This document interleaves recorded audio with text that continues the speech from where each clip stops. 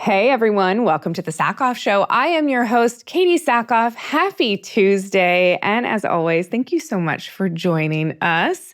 Before we get into who the guests, yes, plural, the guests are today, I want to remind you all to stick around for the hindsight, where we're actually going to talk about the guests and what's going on in life and all that good stuff. But also send your questions, comments, all of that good stuff to the sackhoffshow@gmail.com. We love to hear from you, and we actually pull from those questions and comments and things for things to talk about in the hindsight. So if you want to be a part of that, that's the way to do it. All right, here we go. Our guests, you guys didn't ask for it, but Sam Witwer is back because I know you want it. Sam Witwer is back with his wonderful friend and my friend, David Collins. If you don't know who Sam is, I have no words for you guys because he is our best episode so far, I think. So I think you know who Sam Witwer is. But we're actually here to talk about, and I'm going to read it because it's a lot, 765874 Unification.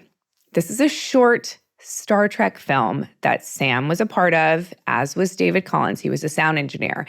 If you have not watched this Star Trek short, it is 8 minutes. Do yourself a favor. Stop right now. Go into the link for this in our message in the body of this episode, and you will see the link for it. You need to go watch this episode before we talk about it because, number one, do yourself a favor. It's amazing. But number two, there's so many spoilers. So if you haven't seen it, you need to go do that right now and then come back and join us. David Collins, if you don't know who he is, David is a prolific voice actor. He is also a phenomenal sound engineer. I know David because he's a sound engineer for Mandalorian. Sam, I obviously know from Battlestar Galactica, but you will know him also from Clone Wars and Rebels and The Force Unleashed. Smallville. You guys, Sam has been around for so long. He is such a wonderful human being. He's been on the show before, so you could go watch that episode if you want to after this or before this. But I'm going to get out of your way so you can go watch 765874 Unification, and then we can watch the episode together. And then I'll see you back here for the hindsight. So I'm going to get out of your way and let you get to know my friends, Sam Witwer and David Collins, a little bit better.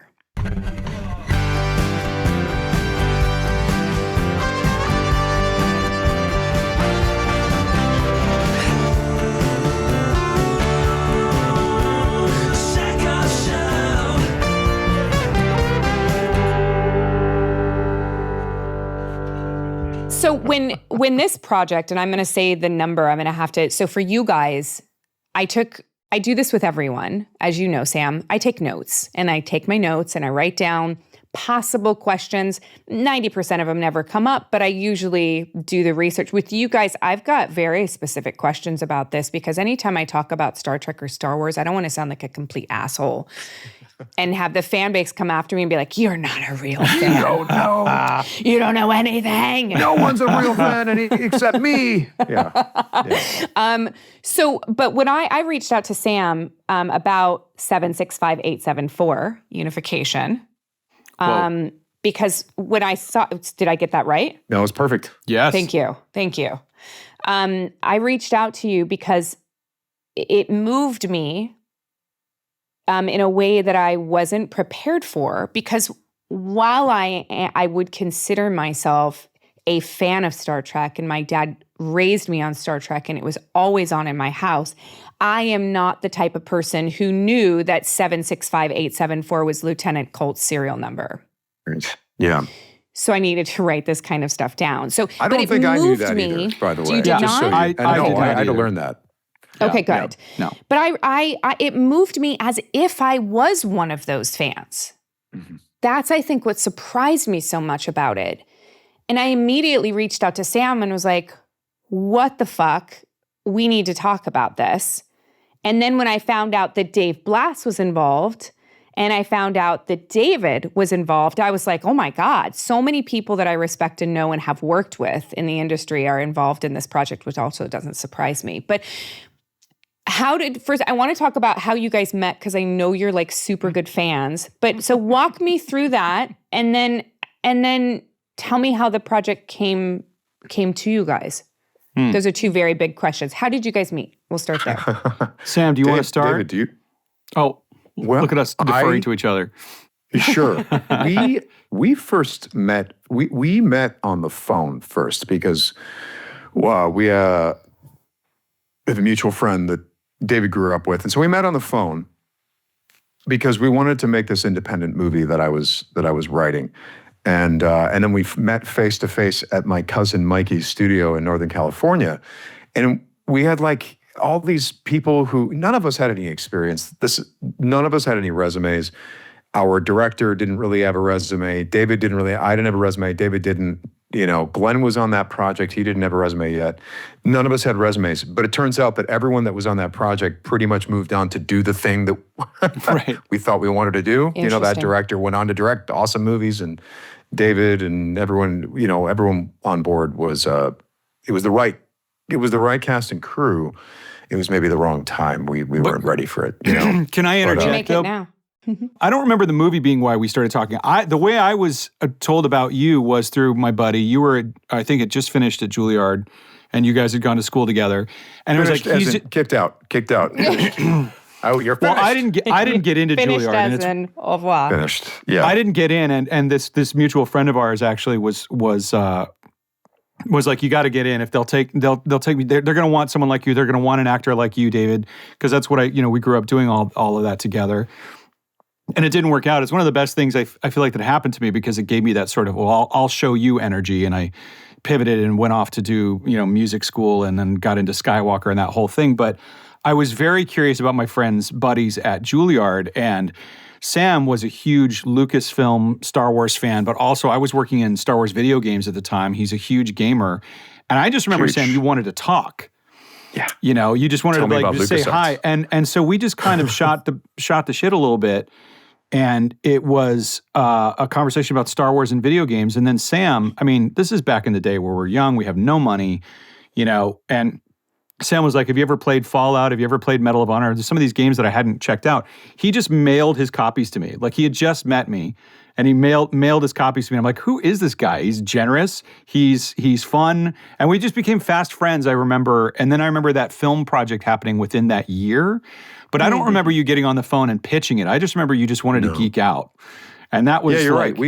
We first started talking, we were just geeking out. I wanted to know all about LucasArts. And yes, I mailed my copy of Medal of Honor because you needed to play it, and which is somewhat relevant to today's conversation because who was the composer on Medal of Honor?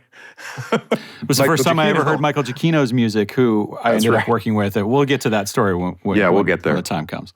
We'll get there. But yeah, we were just geeking out about Star Wars, and I was working at LucasArts at the time on different Star Wars projects. This was like 2001. Yeah, it was fall of 2001. Or 2000, really. Yeah, 2001. Yeah, something like that. Something like that. Yeah. And then we just kind of stayed in touch. And I think there was like a mutual, not just friendship, but admiration because, Sam was in LA and he was booking guest spots. And I was like, man, he's really going for it and doing it.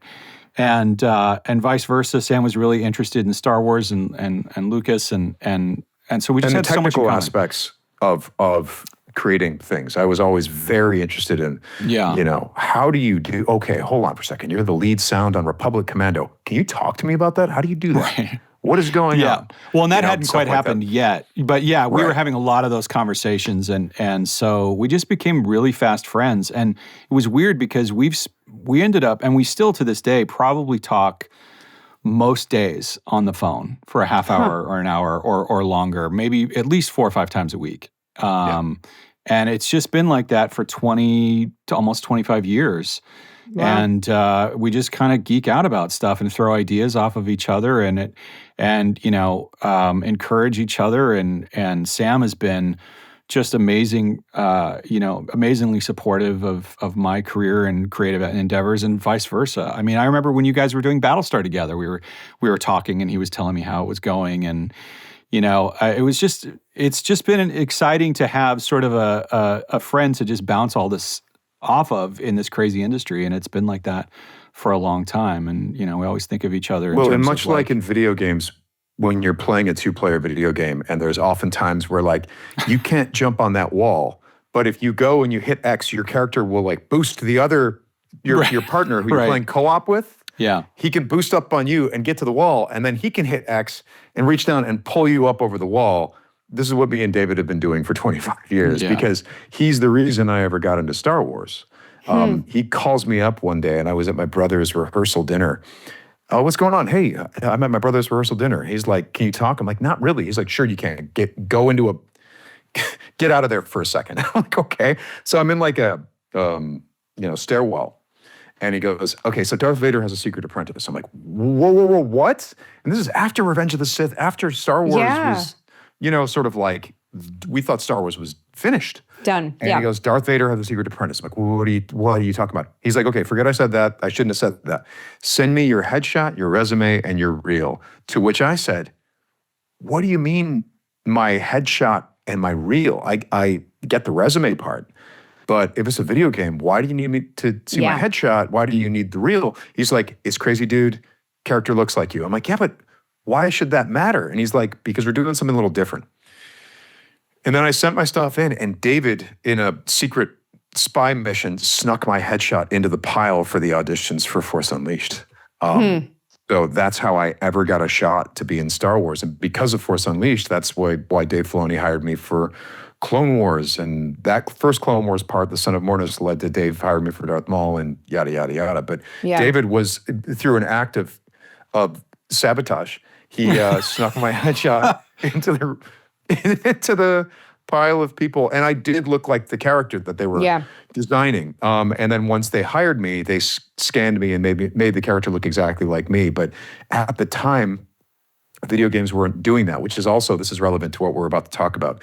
This idea of CG characters that are almost feel realistic and photorealistic. And they, that when I saw it in the video game, I'm like, wow, that really does look like me. And it was the first time in a video game that they really could capture likeness and use that and leverage that to make fans really buy into these characters. Feel more engaged, right. So, and how that is relevant to what we're about to talk about is when we were working on that, me and David, we were at ILM, and it occurred to me as I was essentially manipulating my own mocap, my own face. And then eventually, I played Palpatine in that same game, so I was using Ian McDermott's features. It occurred to me that this was going to get better, and that someday we were going to get to a point where this was going to be indistinguishable from just photographing someone. Yes. So I started thinking about that stuff. But as a little side note, the whole co-op team play thing, David was there as the lead sound on Force Unleashed. And there was this character called Proxy, who was Starkiller's best friend. And we didn't hire that character yet. They were thinking about some celebrities that they were going to reach out to for this role. And David was filling in. And David is a really gifted actor. Yeah. So he was filling in the voice for Proxy.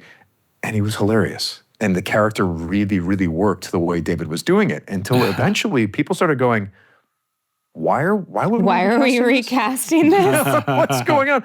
And I remember saying to Hayden Blackman, I said, listen, here's the truth, I think. You could hire, so it was going to be, I think it was going to be like Seth Green or something like that. You could hire someone, and I'm sure it would be cool, but you would just be directing that actor to do what David is already doing. Yeah. Yeah. So so David became Proxy, which was really cool. It was it was interesting because there was, while I was reading across from everybody, I was doing that that Harrison Ford thing where you're just reading across from everybody in audition after audition, including because Harrison Ford was reading literally the reader in the auditions. Harrison Ford was in our but like that thing where you just are around so much and then it just kind of happens organically. But I mean, at one point I was reading Leia. I was reading all kinds of parts, in all the auditions. The Leia role. I didn't get Leia, which still stings. Disappointment. Yeah. No, but it was, first of all, Sam is the reason why Sam is in Star Wars. I just kind of opened the door, and got to watch him be brilliant and then sort of be brilliant because I opened the door. That's to quote my old casting director boss, Dara O'Farrell. You know, he was like 90% of directing is casting. And so when Sam came in, the project just was completely elevated. But, you know, it really helped that Battlestar was the vice president's favorite show at the time. You know, that was a huge part of it. He loved Battlestar Galactica. And so when he saw Sam's resume, and the funny thing is that once we auditioned him, they didn't believe that we knew each other, which actually worked to our advantage. I was like, yeah, no, I know. Because you didn't have to be the guy that snuck the headshot in. Yeah, nobody believed that we were friends, which actually totally worked out in every way. But yeah, and so that just continued. And then, you know, Sam got into Clone Wars, and then I don't know, Sam, if you want to start talking about Star Trek, but yeah, that was an incredible experience. We made 2 of those, and then I moved to LA, and we were able to kind of hang out a bit more, and you know, just kind of navigate through a lot of projects. I mean, even Days Gone was an interesting one because I was working at Sony as a manager at the time when they were talking about casting Days Gone, and like, you know Sam Witwer, right? And so I that same thing happened again, where it's kind of like, yes, I do, and got to talk him up, but again, Sam came into the audition and just was Sam, and so he was brilliant and won the role of his own accord. But it was fun to just kind of give the lift and have, you know, friends in the industry that support you, because it is a really difficult industry where you're just trying to move on, as you know. I mean, you know, and so that's been that's been an interesting part. We just had a whole conversation this morning about being friends and coworkers and how, you know, that is the most ideal way, is to be able to work with people that you love and that you trust. Have a creative shorthand, you know, with, Yeah. which is really, really handy and enjoyable. You know, the time flies, the hard work. It's also rare, though. You know, like I think that behind or right next to every successful person, there is somebody like that that's been with them for a long amount of time, that they trust, that they've carried each other through the process. But finding that person is rare. I mean, like once you find them, I think everyone holds on so tight, because it is so special to have a person that feels like the other side of your brain to go through this business with, because like you said, it's incredibly difficult. Before we actually start talking about the Star Trek thing, David, I want you to actually explain to the audience what sound design is in your words. Sure. That's really interesting. What is sound design? And, you know, it's a creative job where you're using sound as a storytelling tool, and you're creating things for the screen that don't exist in real life, that you can't just go out and record. You actually have to put thought into and make. What's funny about meeting you for the first time is that I was the sound designer on Mandalorian season 3.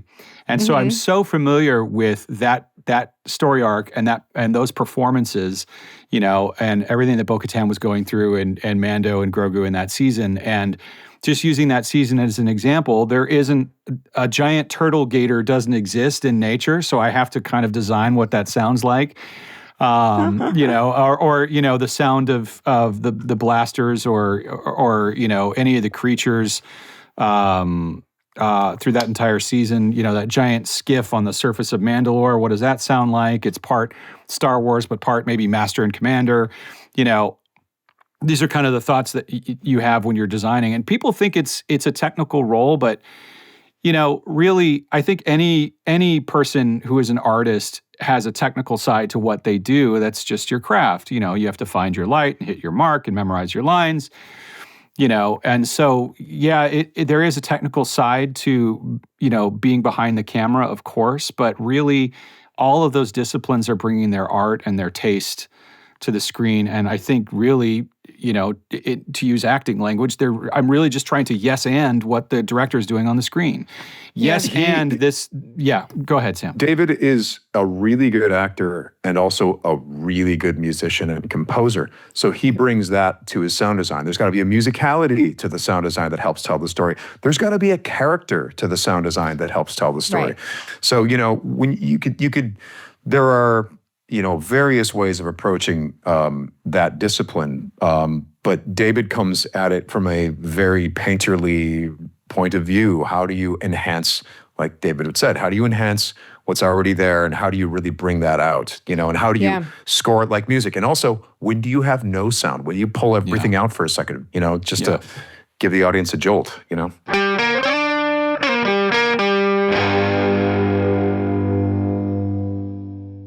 This episode is brought to you by the DC Studios Showcase podcast. I had so much fun doing my episode of this podcast called Exploring Watchmen, an in-depth interview with myself, Katee Sackhoff, and Brandon Vietti, who is the director of Watchmen. It was so much fun. I loved sitting down with the host, nerd commentator Frankie Smith, entertainment journalist Tyler Coates, and comic correspondent Coy Jandreau. It was absolutely just wonderful. And anytime I get to sit down with Brandon Vietti is a dream come true. I hope I get to be directed by him again one of these days. It was really, really fun. The DC Studios Showcase podcast is your inside source for the latest and greatest from DC Studios. On each episode, the team breaks down the latest news, dissects the most recent DC Studios content, and speaks to the must-read DC comics. If you guys listen to this podcast, you know that my family is a huge DC fan. Our daughter is obsessed with DC. She always says to me, "Mommy, it's not DC. If it's not DC, we don't want to watch it." Check out the podcast on the Max YouTube channel and listen to DC Studios Showcase on Max or wherever you get your podcasts. New episodes come out every other Friday. Make sure you're subscribed so you don't miss an episode. That's DC Studios Showcase, wherever you get your podcasts.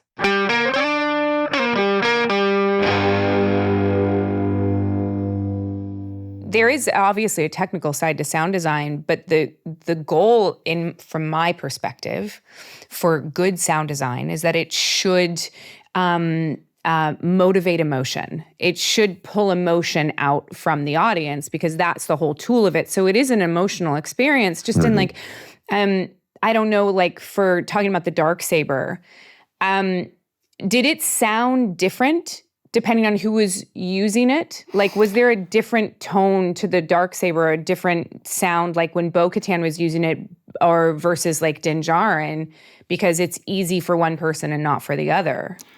Well, it's funny you mentioned that. There was some difference, in terms of the weight of it. The Darksaber sound itself was David Acord, and that was made for Clone Wars. And so when you're working on Star Wars or Star Trek, any sort of established story with established famous sounds, you're trying to, part of a sound designer's job is you're actually curating, a whole history of sound experiences that people have had with these stories. And it was really important. I'm continuing Mandalorian after season 1 and season 2 already established it. And I'm never going to break that continuity unless there's a story beat where I can add something to it, like Din not being able to wield it and it's heavy, but the core of the thing is the same. Like you want it to resonate, no pun intended, as a story, as a MacGuffin with audiences that are fans of Clone Wars and Mandalorian. But yeah, you want it to feel heavy when one person has it. And, a lot of what I do is just reacting to how it's cut too. I work with the editors in the picture department and Favreau and I'm kind of reacting to the speed of the thing, the rhythm of the thing, just like editing, it's a temporal art. And so it's going to have its own rhythm. And so it's going to feel heavier and sludgier the way it's cut with Din than it is with bo-katan. And just reacting to that, it sounds differently. But the core of the thing is the same. It just really depends on how we treat it. And there's an army of really talented people that work on this stuff, mixers and editors and, and then working, kind of in between the dialogue and the music and really making sure that the track is complementary to those elements as well. And, your ear can really, to quote Walter Murch, can really only focus on maybe 2.5 things at once. And one of them is the focus. So who carries the melody? Is it the sound effects? Is it the French horn swelling in the music? Or is it a line of dialogue, And putting all that into a seamless track is, I think, the art. Yes, it's technical, but really there are multiple types of people who are creative. Some just, focus on one thing. And, you can spend a lifetime focusing on that one thing, like being an editor. And then there are others like directors. This is required of directors, where you have to know a little bit about everything. you know, and all of the different arts, you know, that go into making TV or movies. And I definitely feel, and I know Sam is this way too, that, you know, we kind of dabble in a lot of those different things. And for me, the way my brain works, it just kind of informs the sound design work, because you're thinking about the actors' performances, you're thinking about the music, and you're thinking about the rhythm of the editor's cut. And all of those things, I think, inform a sound, even when it is the same sound, you know, like the Darksaber over multiple seasons. If anyone finds this like they want to dive deeper into it, David, your podcast, the soundtrack show, is that that's the right title, right? The soundtrack show? Yeah. It's phenomenal. I've listened to so many episodes of it. Thank you, Sam, it's so good. Really? I have. It's that's so nice. Good. Oh. It is so good. Oh. And you don't need to know anything about music or sound design at all to understand what it is that you are ostensibly teaching people. I feel like you are teaching the audience of the soundtrack show I'm turning even more music. red than I normally am. This is it's so good. It's so good. I flippin' love it. I listened to 4 episodes yesterday. But now to Star Trek though. So how did this project come to you guys? Were you involved from the very beginning? Yeah, it's all connected. It's all connected, because if it wasn't for Dave slipping my headshot into the pile for Force Unleashed, the Star Trek project never happens. Right.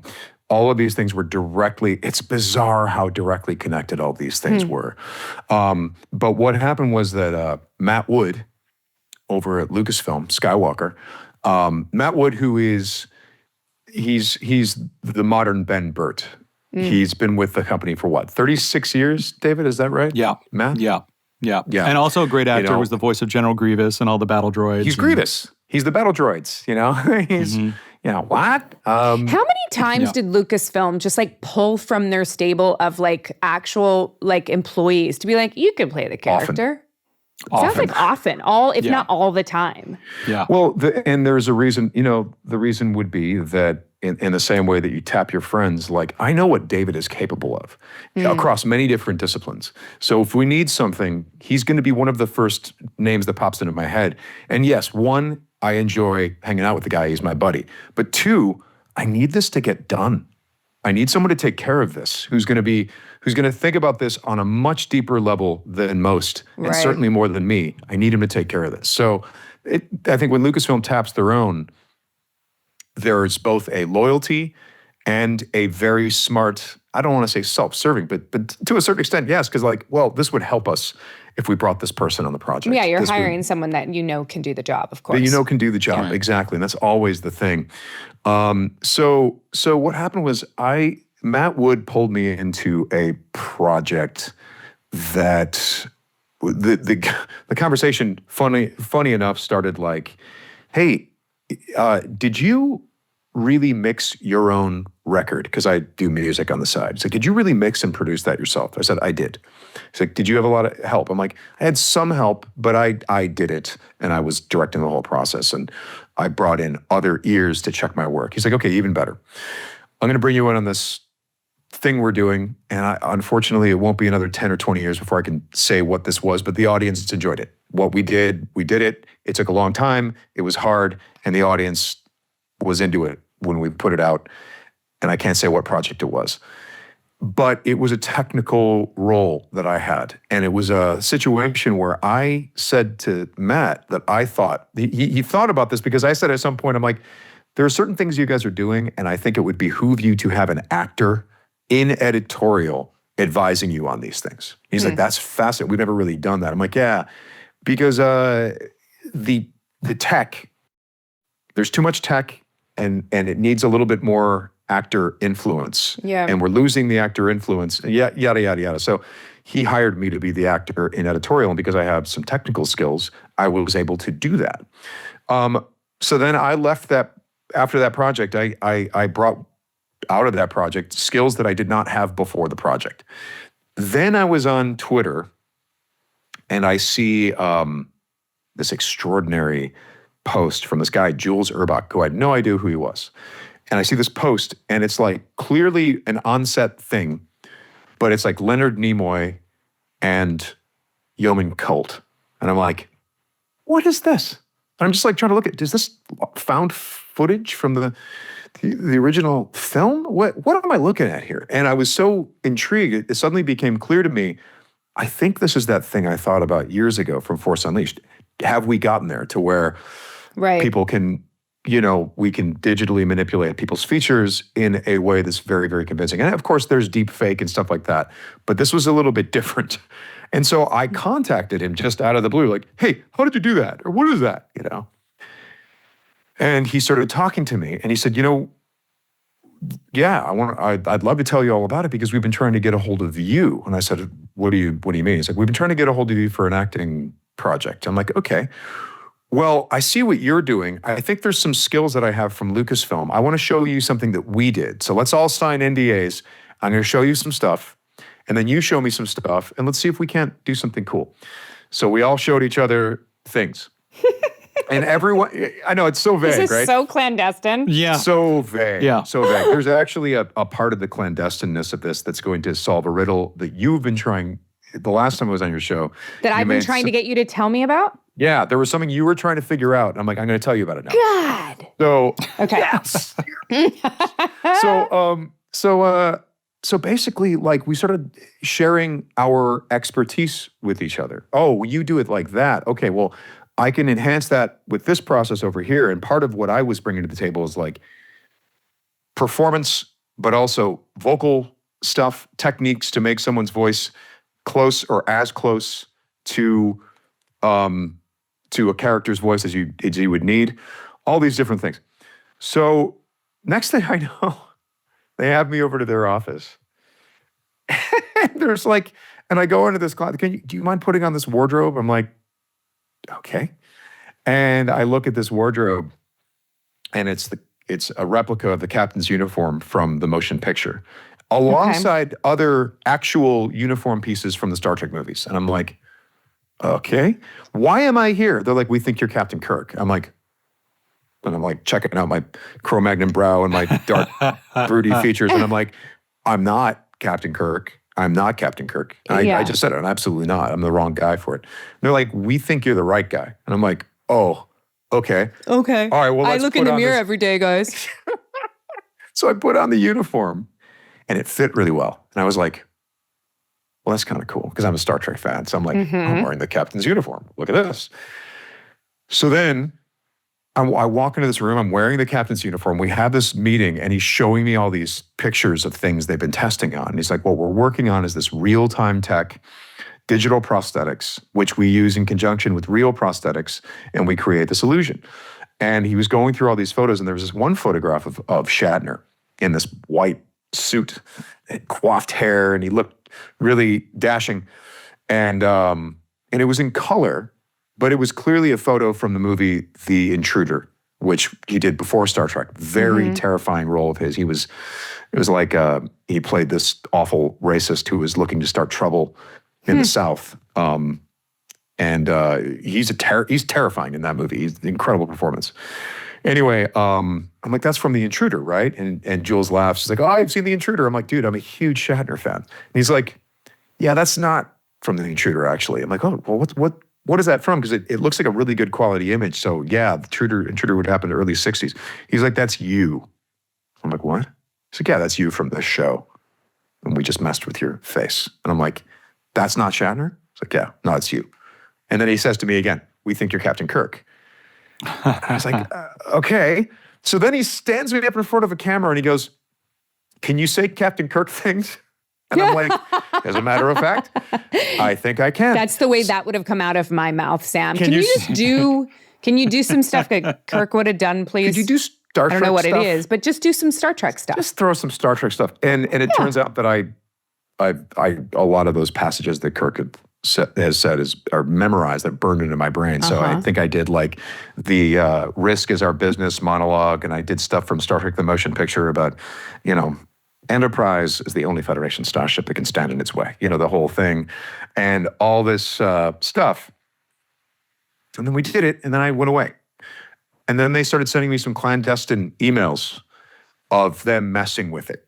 And, my hair was spiky, and, the body shape was not quite right, but there was promise. You're like, oh, wow, okay, interesting. This is, what's going to happen? So then eventually we all agreed, okay, we're going to work together, and we are going to do R&D to do the best version of this possible, and then we're going to go to Shatner with it and see what he thinks, which is, no pressure, right? Yeah. So we worked for like a year on R&D, figuring out our methodology, where I was teaching them about acting, they were teaching me about the digital prosthetics, and we were teaching each other our techniques and how we think, so that they were developing a tool for actors. And again, our tool is real time, right? So they could put it in front of me, and I could react to it like it was a mirror. And because I could react to it and play, you'd be like looking at the mirror, right? The mirror, and it's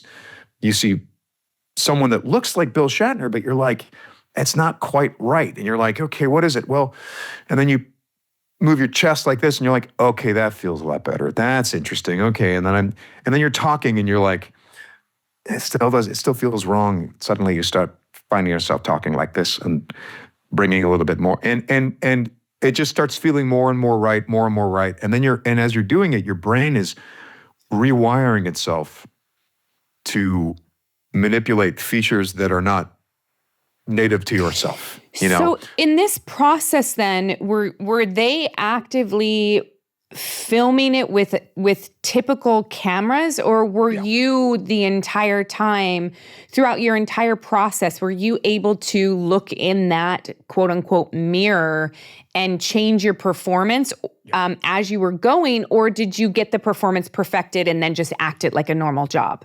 First, I was doing the performance while watching myself, right? And also there was, this is not apparent in the film, but we were going full dialogue and everything, to see how, and I was, me and, with the help of Matt Wood, we were tweaking things to make it, sound like Shatner. And what we learned really quick was you've got to nail every syllable, every consonant, every inflection. You have to nail all of it. It has to be one for one performance-wise, right? The only thing the digital stuff that we had does is it shifts the sound of my vocal mechanism to the sound of his vocal mechanism. And that's it.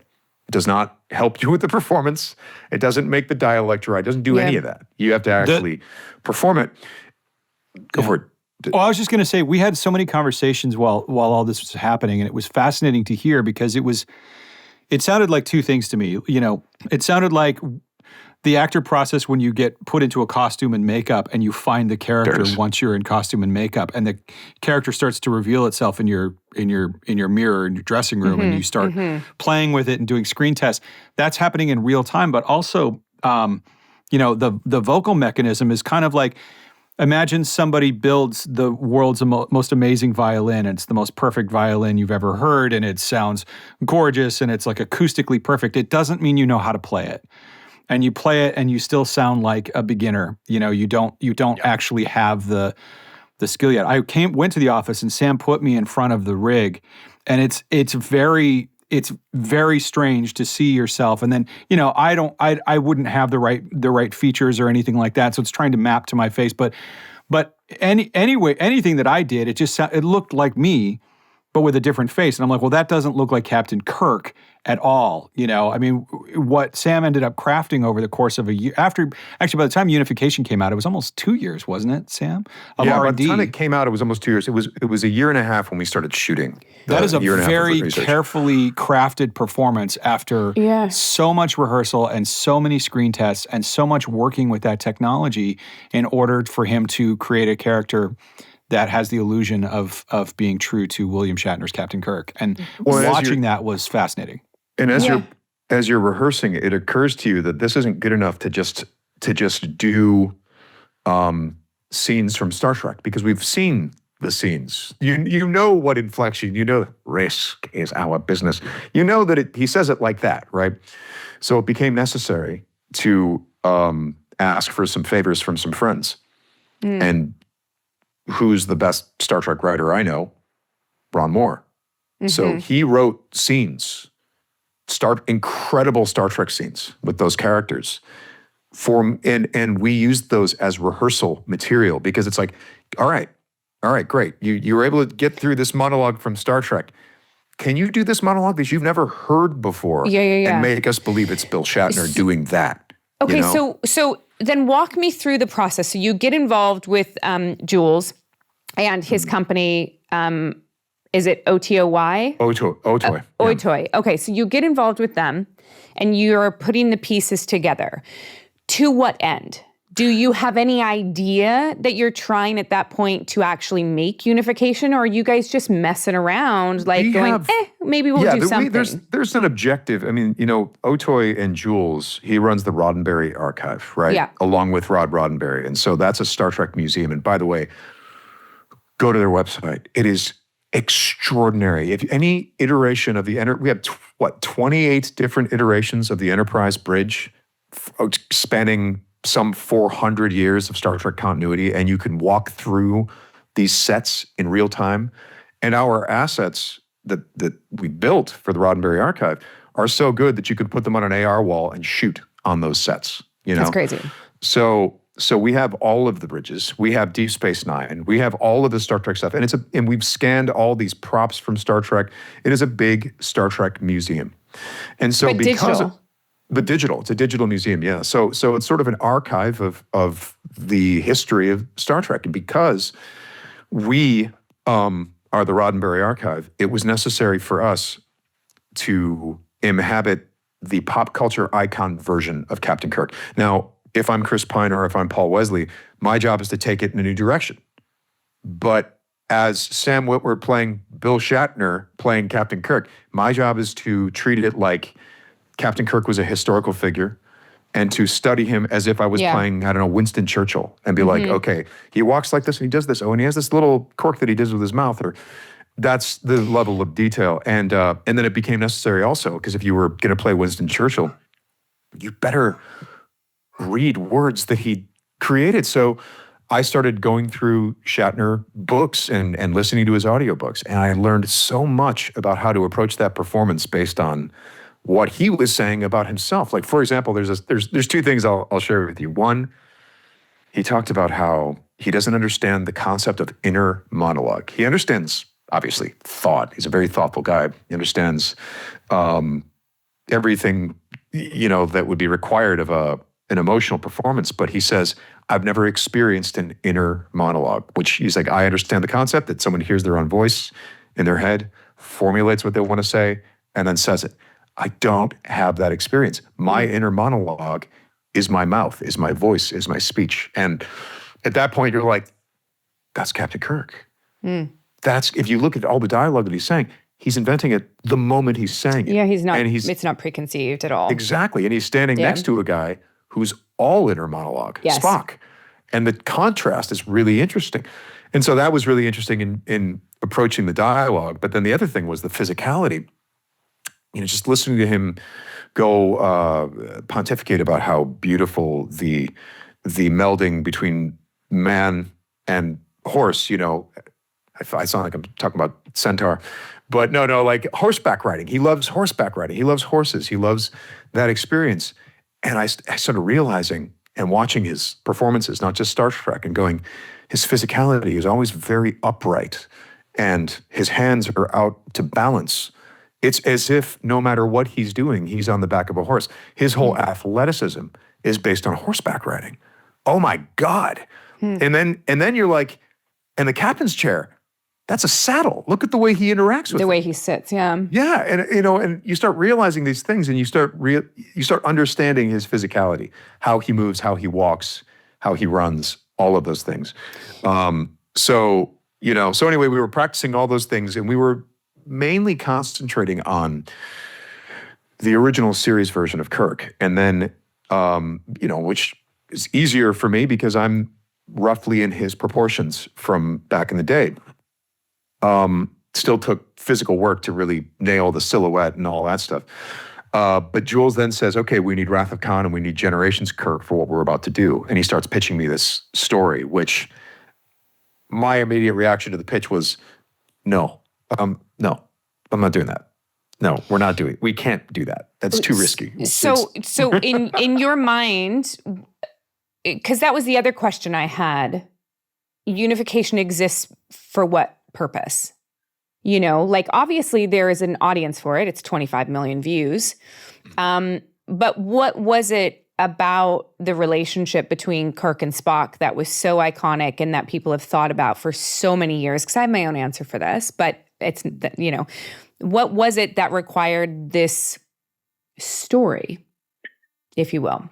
We felt, and Jules strongly felt, and this is what he had to sell to me. He says, there's a hole in Star Trek, and we could tell a little story to fill that hole. You know, these two characters would have done anything to be there for each other.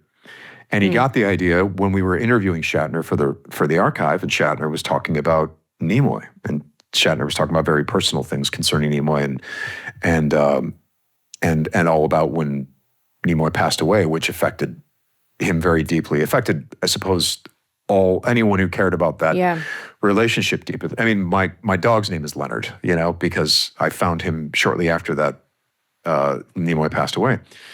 So when Jules pitched that idea that there was an emotional, this is going to sound, it might sound a little hokey, but it was in fact our motivation, that there was an emotional gift that we could give the fans and that we could give along with Shatner, and we could join up with him and do this for the fans. And he kept pitching that. I kept putting up resistance. And he kept having really good answers for everything that I brought up. And the more he answered my questions, the more he would debate with me. Suddenly it became like 1% possible, you know, and then 2% possible, you know, like suddenly like, okay, I see what he's seeing a little bit more. And I think that maybe there is an opportunity to succeed at this. Were Susan Nimoy and Bill Shatner brought in the very beginning before it started, or were they sort of asked? Did you use your footage to prove to them you could do it, or were they on board from the beginning? That's the idea. We did like a year of research and development, and then showed William Shatner with the idea that if he didn't like it, guess what, guys, we're not doing this anymore. Very simple. That wasn't unification that you showed him, though. Those were tests. No. Those were tests. This was still a big swing. I mean, one of the things that, I mean, just from the outside looking in, because I hadn't gotten involved yet, was, you know, this was a risky prospect on multiple levels. One, it's new technology with new performances that's not just trying to be a magic trick. It's trying to tell a deeply personal and emotional story, which requires a level of performance, fidelity, everything, you know. And then this was also, you know, this was something that was happening as a strike was being resolved. I mean, you know, and there's sensitivities around, about AI. And this, what you're looking at isn't AI, it's a performance. It's a carefully crafted performance that was done with a lot of love. And, you know, between Jules and Sam and everyone at Otoy, you know, they were trying to put together something really special, but it is a huge swing, you know, when you look at it. And I think that's why, Sam, you were initially saying no. It's like, you know, we're sprinting, we're not walking, you know, we're just going for this huge story. But Jules really believed in it, and what he was seeing was like, oh, we can absolutely do this. But yeah, it was a scary prospect. Well, you know, and the thing is that I got involved with these guys with the understanding, you know, go back to Force Unleashed. You know, I'm wearing Ian McDermott's face, essentially, in very primitive sense. But that was what I was doing. I was performing. With the dots and the whole deal? All that mocap stuff. So as the Emperor, I was performing the Emperor, but those are not my features. And then sometimes I'm wearing my own features or a different version of my features. And it occurred to me this was going to improve. So, and then you go forward, you know, like for example, the recent Indiana Jones game, you have Troy Baker wearing Harrison Ford's features to give you as authentic a version of Harrison Ford's Indiana Jones, not Troy Baker's. Harrison Ford's Indiana Jones that Troy Baker is giving to you, you know? And Harrison, who ultimately said there is nobody who could have given you Harrison Ford other than Troy Baker. That's right. You know, and so when we were first talking to each other, they're like, we think you're Captain Kirk. Part of me teaching them about how actors think was also a lot of discussion about the ethics of all of this, because we were not working on this to develop a situation where you get around an actor's fee. No way, no how. This was intended to be a tool that could take, an actor has a lifespan of like this for playing a certain character, right? They play a character and then you got this many years left before they can't really play that character anymore. Or maybe it turns into something else. But now we have a tool where it's like, no, the lifespan's more like this now. We have expanded someone's, for example, we've done tests with various iconic characters with the original actor wearing their face from 30 or 40 years ago. Right. Like I could literally go back and play Starbuck. Easy. From 25 years ago, if I could get her physicality down, which is completely different than the way that I move now. Is it different? You haven't aged really that much, Katee. Well, the way I carry myself, though, like there was an adolescence to her. There was an insecurity and the voice is a little different, but you would be able to. But what's interesting, Katee, you'd figure it out because I watched an actor, and I can't say who this is, but we shot this scene, me and him. And this is an actor I'm not only friends with, but I was a fan of him before I knew him. And here he is dressed up as his character. And he was seeing himself as he was 35 years back. Oh my God. And suddenly the voice lightened up and the body took on a different thing. And he just knew how to do it. Yeah. Like I had to work and work and work to figure out how to be William Shatner as Captain Kirk. He just started getting it. It was amazing to see. It was just started inhabiting that version of the character. And then we shot the scene. And it was great. I actually thought I was gonna have to do some audio stuff to tweak the voice. And when I got it back home, I watched it, I was like, no, he just did it. Didn't have to do anything to the voice. He brought himself right back to that vocal range. And it was perfect. And I mean, I've got a pretty sharp ear with this stuff. It was perfect. This guy killed it. So that's one of the things you can use these tools for. The other thing is that this is also expanding in a world where we don't get residuals anymore. And, every method by which actors have been making a living and getting medical coverage is disappearing and evaporating. I was talking to some commercial actors who were like, yeah, the project years ago, the commercial that you wanted to get because you get paid $50,000, $60,000 to have this national commercial is now $3,000. I had to go. We almost lost our health insurance last year, and you know what we've been going through with our daughter. Like in the middle of chemotherapy, after 27 years of having health insurance, I almost lost my health insurance. And by the grace of all things, Holy Law and Order was like, "Come to an episode. We'll pay you exactly what you need to get hit your health insurance." Quota. Wow. And they did. Oh, they did me such a solid, you guys. I would jump through hoops for them now. Like they, but we never used to have to think about that. Never had to think about it. I always made enough money. I've worked for, like I said, 27 years. And then all of a sudden, that's not good enough anymore. Everything has changed. Everything shrinks.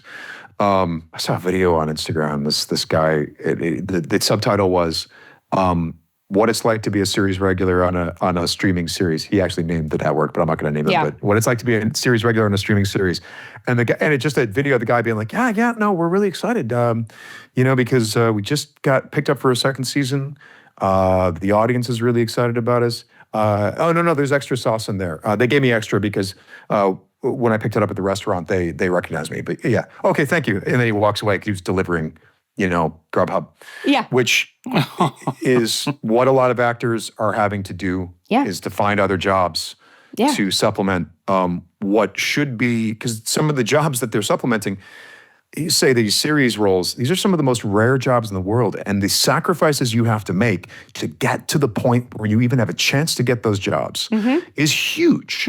So over at Otoy, our philosophy is, no, if we can figure out other revenue streams for these actors, another revenue stream was, would be like, imagine if actors were getting scanned every 2 years, like a dental appointment. And so they had a library of themselves that goes back into infinity. And someone goes to Tom Hanks and goes, we want to do this thing where we de-age you to the 80s. And Tom goes, great, I have that data. Here's the licensing fee. So Tom you can rent it from me. You can rent the data. The studio, it's in their best interest to rent that from Tom because it's cheaper. They'd have to make it. Yeah, They'd it's have to cheaper. create it out of whole cloth that they didn't have it, which is more expensive than just renting it from Tom Hanks. And then Tom Hanks and gets probably a not fee. as good either. Probably not as good. Yeah, exactly. And then Tom Hanks gets a fee, and everyone's happy. It's like owning your trailer back in the day when they had to rent your trailer from you. Oh my God, I love it. Totally. So, and then the other things is, like for example, it's not like, when Bill came on board, his, he was overseen. He had the right to say, this isn't going well, or this is not, he could shut it down with a whisper, but if he liked it, and he felt like that represented his version of Captain Kirk, this is another revenue stream for him. Yeah. If he likes it. So do you guys shoot on green screen? Is that sort of how it exists? Or were there physical sets? And then I also, if out of that, I have a question for David. Like, how does the set change the sound design? Like, if you're shooting on green screen, how do you then go back and lay all of those, that texture with sound in? Two questions. Yeah, Sam, go ahead and start. We shot on an AR wall. We were also, we shot under different circumstances to kind of, the story needed it, but also the fun of it is seeing how our digital prosthetics measure up in different conditions. So we were at Huntington Gardens. So the light that you're seeing on Kirk's face that's real light. And that was all very sort of natural. When there's that shot where he comes through and there's light filtering from the leaves and the trees that play across his face and his uniform. That was all on set. I mean, on location, rather. We were at Huntington Garden. The tunnel that he goes through, that was green screen. And then when he is dealing with Spock, that was an AR wall. So that sunset was there. So the sunset was lighting my face, and that was what you were getting. You're getting those beautiful Is an highlights. AR wall like a volume? Volume, yeah. Okay. Like the Mandalorian. Yeah. Okay. And how does that, so then David, how does that change your job if you're dealing with 3 different backgrounds? Like, how do you do that? Yeah, I mean, excuse me. So, I mean, this is really common when you're doing sound. I mean, it goes back decades before I was born, where you are scoring what's in front of you. When it's green screen, obviously, that doesn't tell you anything. So I'm totally dependent on the visual effects to be in place, so that I can see what's happening. In a lot of ways, this movie was a silent movie, in that there was no dialogue, and that was by the way a very specific choice, because they could have done it. Yeah. There are endless tests with Sam speaking to himself as Captain Kirk that sound great, But what's interesting, excuse me, Katee, sorry. What's interesting is that the tunnel was terrifying, because I actually went to visit set, and it was all green screen, and I was watching. And by the way, when you're watching Sam, he's dressed as Kirk, and then you look at the monitors in Video Village, and it's Shatner. It's all real time. You're seeing it in real time. It's wild. That's crazy. And so the director is seeing exactly, Carlos Bena, he was seeing exactly what he was going to get, and he even had an iPad where he was just, looking at it and looking up and like this, and that was fascinating to watch. But that tunnel, I'll tell you, was terrifying, because they said, we're not going to have music there. And I said, well, what's going to be there? Oh, there's going to be some water, and other than that, it's just kind of like very dark with maybe some like glowing white light around the edges, and I had no idea what to do with that section for the longest time, nor did I know kind of what the driving force of this would be other than music. And that was like a really outstanding question for a long time. But when you're doing sound, or if you're a visual effects supervisor, you end up doing these spotting sessions with the director or showrunner multiple times, and they tell you what they're going for and what they see long before it's done. So you start working on it. And one of the more interesting things to come out of that was, I said, well, what are you going to do about music? Because this is no dialogue, and so it's going to be very music-driven the way a silent film is. And he goes, I don't know. He goes, my dream would be something like Michael Giacchino. And this is where it comes back to that, because, and I said, well, it's so interesting you say that, because I was at the time in the middle of doing Skeleton Crew at Skywalker. And the interesting thing about Skeleton Crew was that Michael Giacchino's son, Mick, was the composer. And so I was joining these Zooms all the time, because I was on with John Watts and his whole crew, but also Mick as the composer. This is before he had done Penguin. I think that came after Skeleton Crew, because this was like over a year ago. And Michael would join the calls, the Zoom calls, And I started getting these DMs from Michael going, hey, great to see you here, because I'd met him a few times over the years, and we had done a Medal of Honor title during COVID and all this. And I was like, hey, Michael, it's so great to see you. And I'm such a fan of his. His music is incredible. I think the melody he wrote for Up is like one of the greatest animated feature melodies of all time. So simple yet not. Yeah, exactly. Yeah, you look at it and it just feels inevitable. Then you play it and you're like, oh God, this goes all over the place. Yeah. And so I just love his music. And it's funny because he goes, yeah, the show sounds great. Boy, it sounds like a Star Wars movie. You're doing a great job. Anyway, about your podcast. And he starts going on and on about the soundtrack show. And then I start hearing these little things where like he, on the mix stage of Inside Out 2, Pete Docter's asking the mixer, like, there's this David Collins guy, Giacchino won't shut up about his podcast. Anyway, he just started it's a great listening podcast, to my David. podcast. But it opened a door to where I felt comfortable enough to be like, hey, by the way, I've got this little project, because, Giacchino did 3 Star Trek movies, great music on their own, the entire, Kelvin timeline, and so I asked Matt Wood, I'm like, should I ask him if he would look at this even for 15 minutes? And he goes, you're offering him a gig, and he's a great guy and a huge nerd. Absolutely. So we were able to get his time for, it was like 15, 20 minutes. It turned into an hour. And Sam prepared this presentation for what they shot. What's hilarious about that presentation, though, I'm going to add a little bit of personal NDA breaking information. Everyone was really nervous. And there were people who were trying to pitch this project and showing animatics and talking about all this stuff. And David just keeps texting me, show him the test. Show him why are we not showing him? Because David knew all you need to do to get Giacchino interested is... Because he's such a dork? Yes, show him Captain Kirk. And David's like, do it now. And eventually I bust in and I'm like, okay, I'm going to show you something. Hit play. And by the way, you could see Michael's just kind of sitting back, coolly assessing. He's been told, but he admires David, so he's being gracious with his time. And then we hit play on it. And what it was a recreation of a Wrath of Khan moment where Kirk comes on and just starts barking orders at everyone and does all this stuff. And so we hit it's play. jaw-dropping. It's a jaw-dropping test, and I was like, just show him that, Yeah. And so from there... Was it things from Khan that weren't there? Like it was new footage? Oh, yes. This was footage we had created of Captain Kirk. Things that should not have existed. That don't exist, right. Got it. So everyone's talking and they're showing, again, just things that are just not, even like stills. And he doesn't know what to make of it. And then David's like, now. So eventually I break in and I hit play. And Captain Kirk just bursts onto the scene and starts barking orders at everyone, and little moment of twinkle in the eye and all this stuff. He talks to the crew, and at that point, you could see on Zoom, you could see Michael Giacchino he's sitting like this, and then Kirk shows up and he goes. He just immediately starts leaning forward in his chair, and his eyebrows are going up because he's a fan. Yeah, and it's Captain Kirk, and he knew the movie well enough to know that.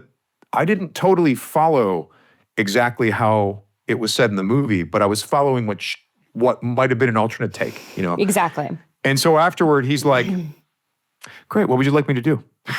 It's just really cool. We're like, So is all of this the entire process of making Unification and working with Yotoi and everything that's going on?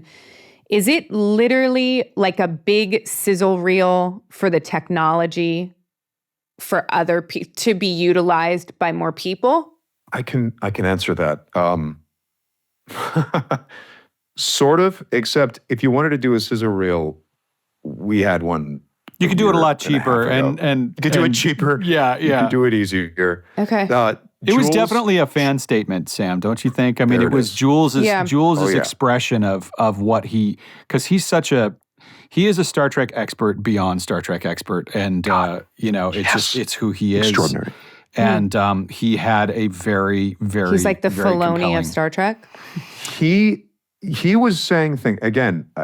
I tell you that I kept saying, no, I don't think we should do that. We're going to get killed. It's going to be a bad idea. And he kept having great answers for every concern that I had. And very detailed stuff. And also stuff where you bring up Filoni, where he was so respectful of all the lore. Whether he personally approved of that bit of lore or not, he treated it like, well, you're treating Shatner like he was a historical figure. I'm treating Star Trek like this is a historical drama. These events occurred, so we have to meld them. And his feeling was that there was a hole that we needed to fill for the fans. And he kept talking about that. And he kept talking about what he wanted the fans to feel, what the fan response, what he felt we could achieve. So what did he want the fans to feel? He wanted to make them cry. That was you wanted resolution, right? He wanted to see he wanted to see a final moment of bonding, and I think facing death. I mean that, and how they face it, and the sort of grace and I think bringing Kirk back in a way that not only I think honors Kirk's ending, but also Spock's, and shows you Spock's ending because you never see it. So that's the whole he's referring to, and also just about friendship, and that is, I mean, that's really, that's where the performances, between Sam and Larry and Otoy, Lawrence Selleck, right? Sam, who played Spock, and Robin Curtis, and Mark as Spock's son, and they're emoting so much and giving so much detail, and then you set that to music and Carlos Baena, the director, had recently lost a parent and was mourning that loss. I had as well, and we were just kind of bonding over that in the spotting sessions, and that really became the tone of that really was, I think, important. That yes, it is in Star Trek, but what is the core emotion that we're trying to convey here? You're trying to deal with grief and loss, but more just sort of the beauty of friendship and life, and sort of transcending just grief. And Carlos did that so effectively in a way that because Carlos's job was as someone who's not as crazed a Star Trek fan as we are. His job was, let me create the emotional thrust of all this so that an audience who has no idea who these characters are will still feel something. Yeah. They will recognize themselves in Captain Kirk, and they will recognize their friends in Mr. Spock. And that was done extremely effectively on Carlos's part. Jules was overseeing the whole thing. The story was his idea, and he was also covering a lot of Star Trek bases and peppering this whole, putting it into that historical world. Is everybody feeling really positive about the ending of it? Did people get it?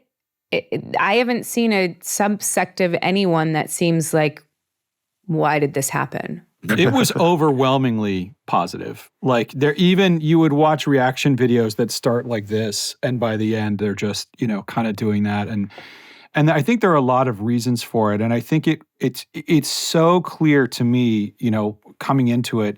The nice thing about being in post is that you're looking at something as it's assembled and starting to shape, and you really understand what someone's going for.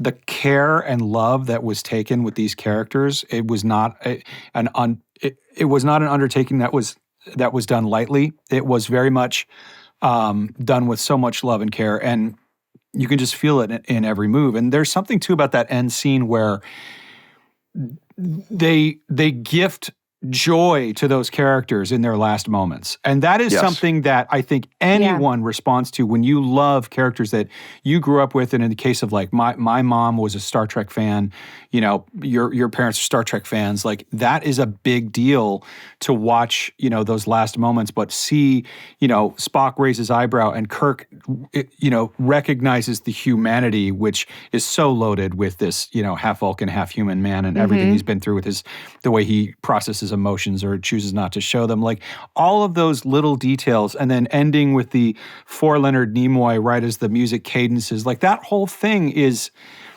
hard to argue with in terms of understanding the motivation of the filmmaker. Jules just wanted to see that. He wanted to see that. Yeah. He had a hole in his own fandom that's like, I really long for this. And do you? And it turns out he was right.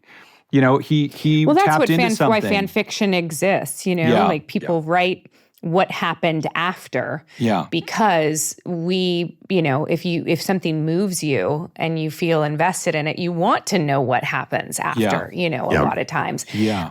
Has Yotoi been working on anything else? Like do they have big full-length features with this technology sort of in the works? Well, they're always working on something because it's a visual effects company. And also the Roddenberry Archive is we're always doing something.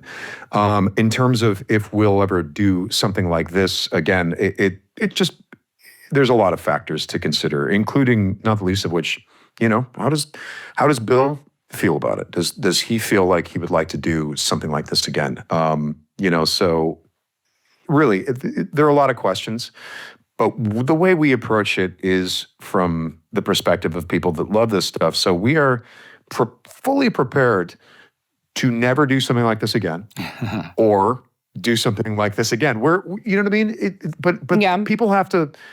The people involved have to be coming at it from the right place. Yeah. You know, the endeavor was to create the best version of, you know, achieving this as a visual effect, but also achieving this as an emotional effect, and also achieving this as an ethical effect. Because again, in a world where people are using cheap deepfake technology to do all kinds of nefarious crap, what we're saying is, well, we know look, this type of technology exists, so why doesn't someone step forward and say, here's how you do it right and ethically. The right way. Here's how you do it the right way. Here's how you do it where it enhances people's lives rather than take something away from anyone. And, you know, Otoi already was on that journey. They had already been thinking about all the ethics and you know, how this all works. And ultimately, if you're expanding people's ability to employ themselves, that is a very, very cool thing. And in terms of,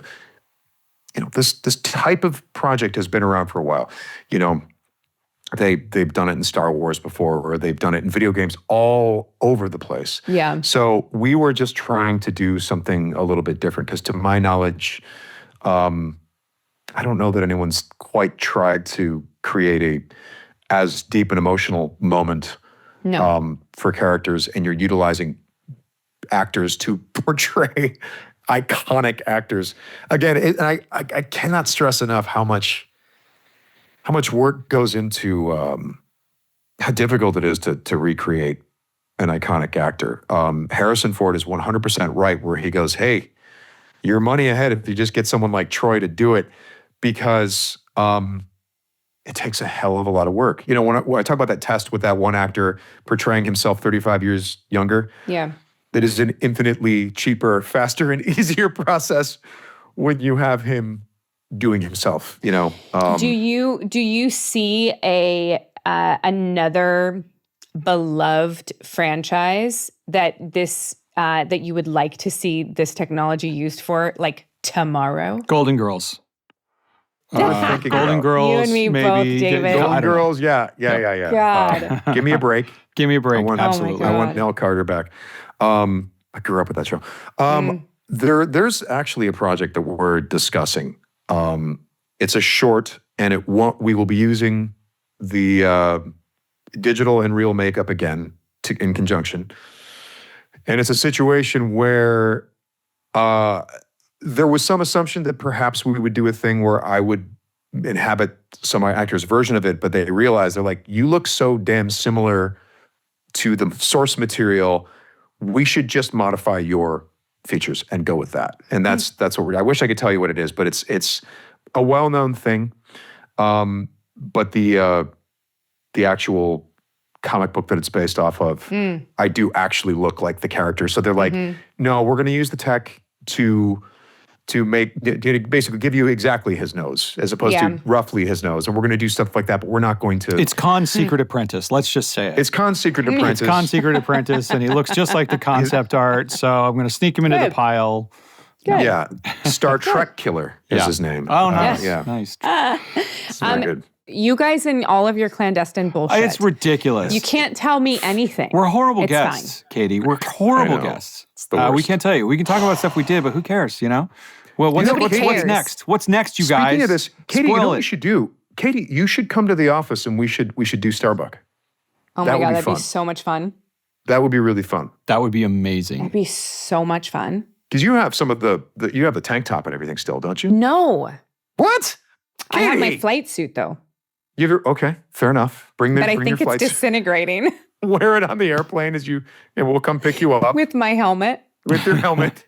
Which I still have. I've got my blasters and my side holsters too. Which version of the helmet did you take? Did you take the version 1 or the version 2 that was a little bit tighter? I think I had version 2.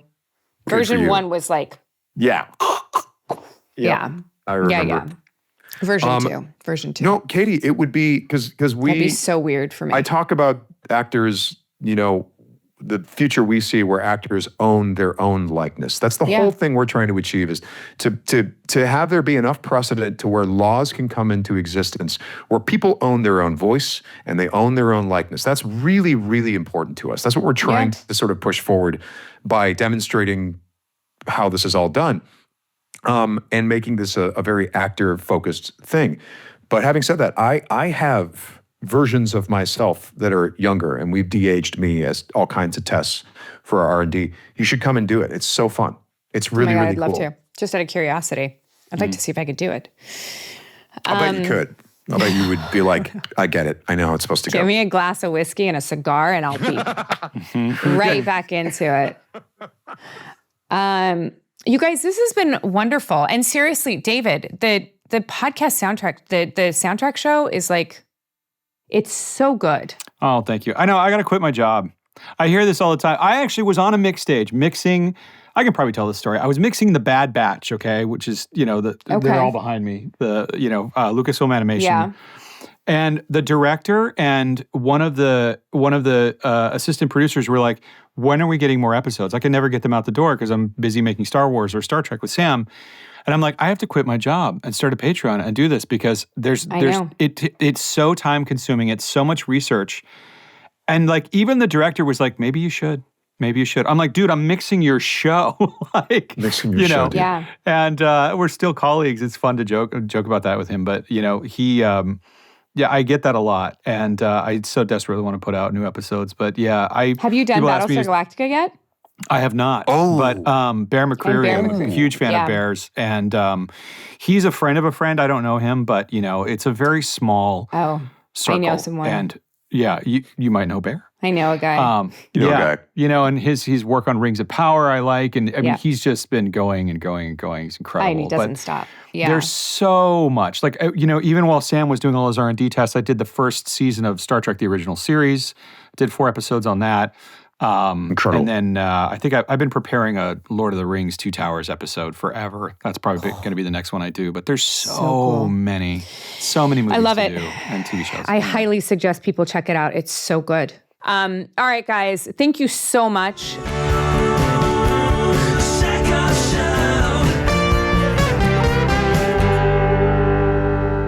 Hey everyone, welcome to the Hindsight. I am still Katee Sackhoff, of course, and I am joined by my friend, my wrangled in co-host and producer, Jeph Porter. Hi. You started without me. I did. Hi. Hi. So that was fun. That was a great conversation. I just re-listened to it, and so many details. And very cool. And I think anybody who is a Star Trek fan, which is, why I'm so excited. You remember how animated I get when we talk about Star Trek. I know you do. But it's super excited. It makes me feel like I'm not a Star Trek fan because I was doing like a little extra research on it. And there are so many Easter eggs in this thing. Yeah. That it's incredible. Like, I don't even think we can get into all of them. Like, we need to... You guys just go Google it yourself. There's just an insane amount. I think that's one of the crazy things that happens to me every time I talk to Sam about any sort of Star Trek, Star Wars. I realize how little I actually know. And it just like puts me in my place immediately. Like I feel bad calling myself a fan of Star Trek and Star Wars. when I'm talking to Sam Witwer. Yeah, I mean, me too. I'm like, yeah. It's just... I know, it's amazing. And I actually believe Sam was one of our first guests back when the show was blah, blah, blah. Mm-hmm. And I believe he actually talks about David Collins in that episode even.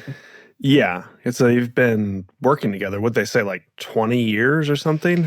A long time. I mean, that's how relationships happen in this industry. We talk about this all the time. My old manager used to say to me, be the person people want to work with more than once. Yeah. Meaning, don't be an asshole. Yeah. If you're a nice person, you do your work, you show up, and you're talented, people want to work with you again. Yeah. And so there's a whole like side hustle in this industry of people who have been friends with each other, who are creating content with each other, and they're all like wildly successful. You know, all of these huge successful groups of people. You look at, you know, Matt Damon, Ben Affleck are just like one of the biggest ones that we can think of, but there are so many people like that met when they were just starting out, became really good friends, and create content throughout their careers together. And David and Sam are exactly that. Yeah, you guys talked a little bit about that even in the Lucasfilm world, because David and Sam have done just a lot of like random background voices and stuff. Yeah. And David especially has like just a lot of like random characters he'll do voices for because he's already working in that department and he's a voice actor already.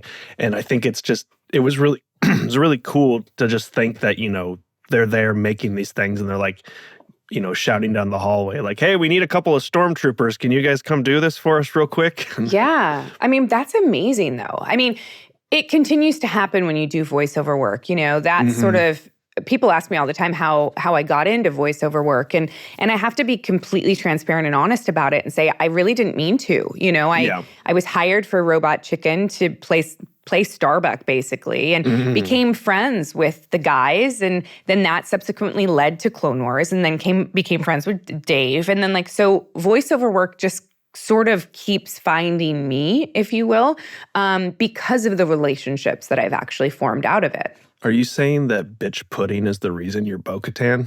Yeah. Yeah. Like I legitimately told this story before. Have I never told you the story? Yeah, I think you probably have told the story, but... Yeah. But it's... And that's basically what I'm saying, is that I showed up, and because I wasn't a complete a-hole, you know, when Filoni was like, hey, what'd she like to work with, to Matt and Dave, they were like, she's great. And then Dave hired me. It's incredible. So, you know. Was your first recording session with bo-katan weird because you didn't have to swear so much?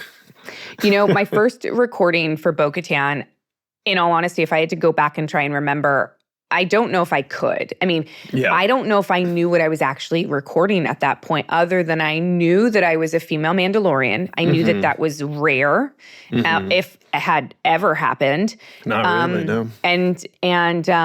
And that I was in Star Wars, and it was an animated show. That's all I knew. Yeah. I did not know how long she was going to be there. I think it was episode to episode. There was no contract for Bo. Yeah. And so I really didn't know much. I sort of like went in with very little expectation, and, you know, the gift that keeps on giving. Yeah, yeah. Well, that's exciting. What do you think about what Sam was talking about with this idea of like an actor database of scans of yourself? That you then personally own, and then your family subsequently owns it after your passing. It's an interesting concept. I don't necessarily want to say what my opinion is full stop about it, because I don't really know. I think this is sort of what we're dealing with AI, is that it is such a fast-moving sliding scale that I don't know how I feel about it. Now, do I think that I should own my likeness in perpetuity and my voice in perpetuity? 100%. Yeah. And if somebody goes out, a filmmaker, whoever, somebody for a commercial for, you know, Bob's, you know, Suzuki in, you know, Kentucky, hire someone that sounds like me, or to copy my voice to then, you know, endorse his car dealership, that should be illegal. Yeah. And so I agree with that. Now, would I then go and actually sit down knowingly creating a database for myself to be able to then market that database? I don't know. Yeah. It's a complicated question, because it's there's some benefit that I can see from Sam's perspective and his reasoning there, but it feels like it might be opening yourself up to something that could potentially be dangerous. Like if there's a database out there of your likeness that would allow the car dealership guy to use you, then it just opens up that opportunity. And I don't know if I have a whole lot of faith that stuff could remain secure and, I agree. Another thing you have to take into consideration is that, like, when you are doing your deal for a project, say I'm an actor and I book a movie. Pretend, yeah. And let's say it's a big property. Like, let's just, because we used this in the last episode as an example, let's say it's Fast and the Furious. Fast and the Furious is a massive, actually, I probably shouldn't use Fast and the Furious because it's so big. Let's just say a studio hires you to do a very big movie. One of the ways the studios recoup money or pay for things is that they will do licensing deals within, right? So they will do hey, a cutout copy of Katee is going to be sold to 7-Elevens across the country holding a Slurpee in costume. Now, the way they can do this is that I'm in costume. They own that character. Right. Now, the thing that you have to be careful for is, and I don't know how prevalent this is in the industry, so I'm just projecting that this is one of the things that your lawyer is protecting you against. But one of the things that you could then say, well, who did they sell that licensing to? Is my face in character going to be on a box for dildos? Right. Which you'd be fine with. Which they could do. Yeah. They could do that. And then you're like, wait, why is my face? Because they own the character. Right. They can do whatever they want with the character. That's not you.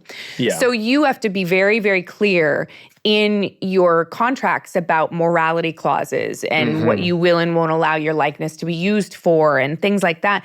Now, if you've got a whole database of AI and someone has the ability to go in, granted you have control over it, so there is that. But I don't know, it's a slippery slope. Well, you have control over it until either there's a hack that gets access to all this, or what happens if you commit to this and then 50 years from now there's some sort of law that's passed and your descendants are suddenly nope, sorry, it's public domain now, it can be used for whatever. And now and especially with women, there's a whole other category of this, of how that can be used. Deepfake scares me. Yeah. Deepfakes scare me. Back in the day when Battlestar was first had come out, now granted, you guys, this is over 20 years ago, so people were not as advanced and the technology was not as advanced. But if you Googled at the time, and I was so crazy because someone in my family sent it to me. Now, any discerning eye knows that it's absolutely 100% not me and somebody put my face on another person's body, 100%. But there are photos of me out there completely nude in very pornographic positions, and they're not me. Right. They're not me. Somebody put my face on someone else's body. Yeah. That's disgusting, and it should be illegal. Yeah. And it's only getting worse now with AI technology. Absolutely. And I think that's just the concern with this idea of a database of your image. If there was a way to fully protect it, maybe, but I don't know about you, but I'm kind of the opinion that there's no foolproof thing. It doesn't really exist. No, not when the government can come in and do whatever they want. Yeah. And also, there are scans of you already, right? For the action figures and stuff like that. Absolutely. But they're very limited in what they can do. It's within the context of the show. Now, can they CGI my entire person and put me in a ship that I wasn't in because it's dangerous for me to have been in the ship, or it's at such a distance that, of course. Yeah. Of course, they did that stuff for Battlestar. Yeah. But they can't then take my image and put it in a completely other Star Wars movie that I was not in without my approval. Sure. But there's conceivably a world where 20 years from now, they want to come back and do another bo-katan series and they want to set it in the Clone Wars era. and they want to use your likeness for that. And in 20 years from now, you're not necessarily going to look like you looked when you did the Clone Wars. Like, that's a scenario where they could be like, all right, Katee, we're going to use either this scan we did, or we're going to just de-age you, or just totally digitally recreate you. No, absolutely. And in that situation, I would go in and I would say, I need script approval. I need character approval. I need, if you're going to completely regenerate myself as a younger version and I'm not involved at all, I would need some pretty massive protections to feel as if I still had a hand in it artistically. You know what I mean? I mean, do you think these kind of things are going to happen? I mean, it seems to be like the conversation. Like, imagine a world where like they want to do a Battlestar reboot, what they talked about, but they literally want to reboot your series and do like another season. Like they want to show what happened to Starbuck. They want to do this stuff. I do believe that this is sort of potentially where we're going. Here's the issue, though.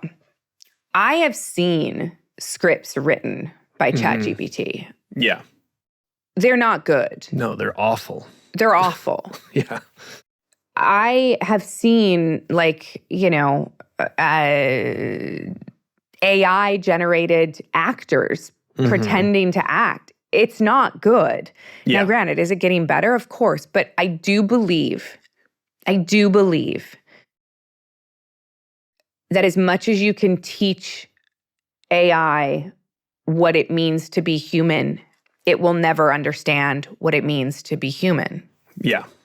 And that is something you can't explain. It is something an AI will never understand what this feels like. Yeah.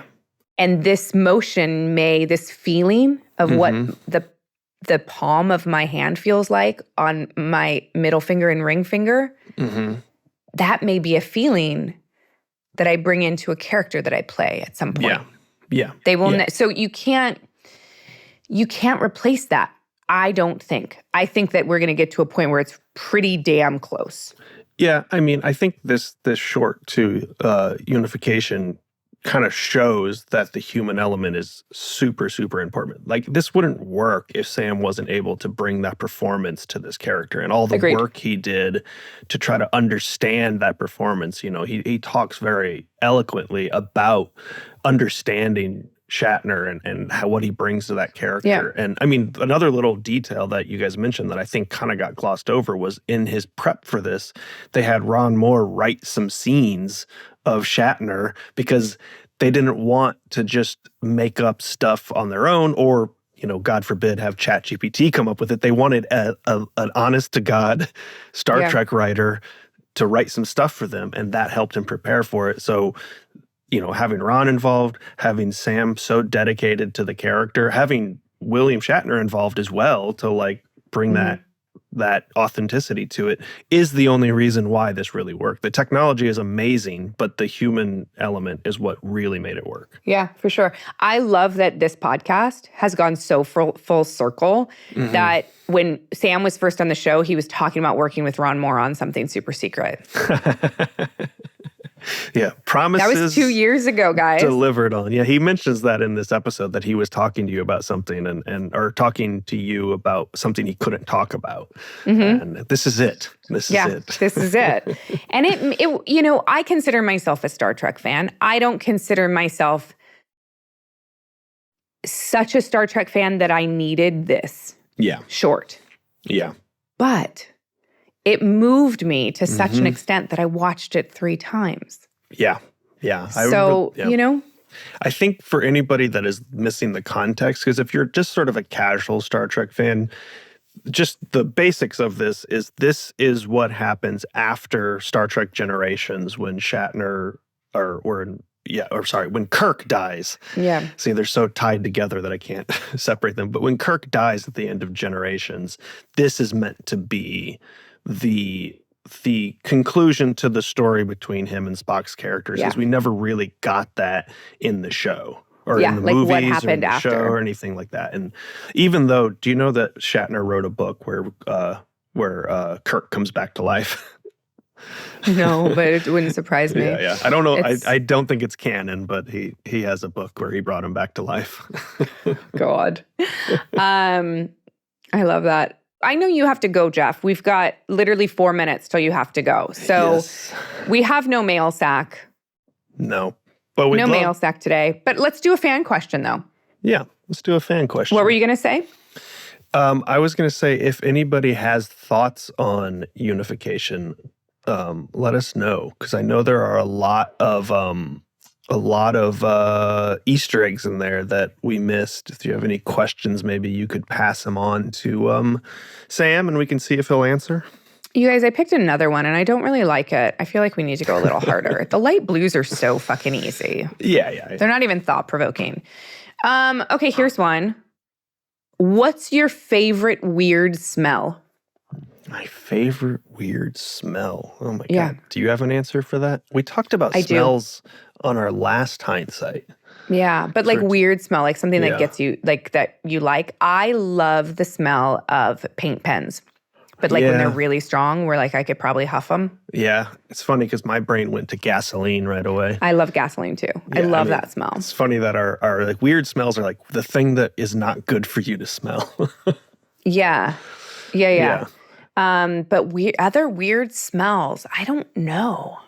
Like I'm not a big fan of like weird smells, but I wouldn't even know what would constitute a weird smell. Yeah. Weird seems to imply that it would be not enjoyable. Like the smell of your dog. Like sometimes your dog doesn't smell good, but you still kind of like the smell of your dog, you know? Like the smell of your own farts?